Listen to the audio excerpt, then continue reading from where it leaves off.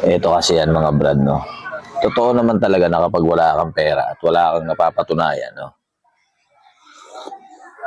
Hindi ka magiging maganda sa paningin ng kahit sino. Kamag-anak mo, kaibigan mo, o tinuturing mo man na tropa, malabong mangyari yon. Pero pansinin mo, yung mga pangit na tao, masasama ugali, pero maraming pera at maraming pag-aari, mabait sa paningin ng iba at pogi sa paningin ng iba. Halimbawa, babaeng pangit, hipokrita, sama ugali, di ba? Pero maraming pera. Ang daming friends niya na girl. Ganon din sa lalaki, mga brad, no?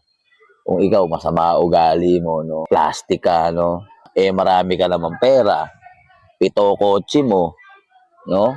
Mabuti kang tao sa paningin ng iba. Kaya nga dapat magsumikap ka, brother, no? Kung gusto mo makakuha ng respeto, magpayaman ka. No, kahit wag ka na magpapogi kasi pag mayaman ka na, marami kang pera, pogi ka na rin naman eh. Kahit pangit ka. Basta marami kang pera. Pera-pera kasi minsan ang labanan eh. Hindi ko naman nilalahat pero sa 100%, 80%, lamang talaga ang maraming pera sa lahat ng bagay. Totoo yun, bro. Halimbawa kung may asawa ka, siyempre may bilang ka, may mga kapatid yan. Hindi ka niyan itatrato ng tao kung wala kang pera.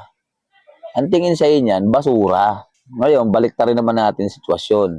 Hindi ka gusto ng biyanan mo, pero marami kang pera. Gugustuhin ka niyan. Kahit hindi ka gusto ng mga kapatid ng asawa mo, marami ka ng pera, gugustuhin ka niya. Kahit nga punong-puno ka ng bisyo sa buhay, 'di ba? Gugustuhin ka niya kasi marami kang pera, marami silang napapakinabangan sa iyo. Ganun din, Brad, pagdating sa kaibigan. Bakit nga naman kita kakaibiganin kung wala naman akong mapapala sa iyo, 'di ba? Wala kang pera, wala kang motor, wala kang kotse, wala akong mahihiram sa iyo, wala akong mahihita sa iyo.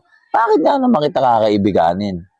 Di dito na lang ako sa masamang ugali, marami namang pera. 'Di ba? Real talk 'yon, Brad. Yung iba kasi ayaw aminin na ganun sila eh. Pero sa totoo lang, ganun naman talaga eh. 'Di ba? Kung meron ka man tunay na kaibigan, yun yung mga sasama sa'yo na kahit wala ka, kahit ano lang ang meron ka, happy kayo. Pero sus Mariosep, bilang na bilang lang yung mga ganung tao. Kaya ikaw, huwag kang magdadamdam kung tinatabla ka. Kasi nga, wala ka naman. Kung gusto mo, magpayamang ka. Paramihin mo pera mo. O, di lagi kang tama, lagi ka pang pogi.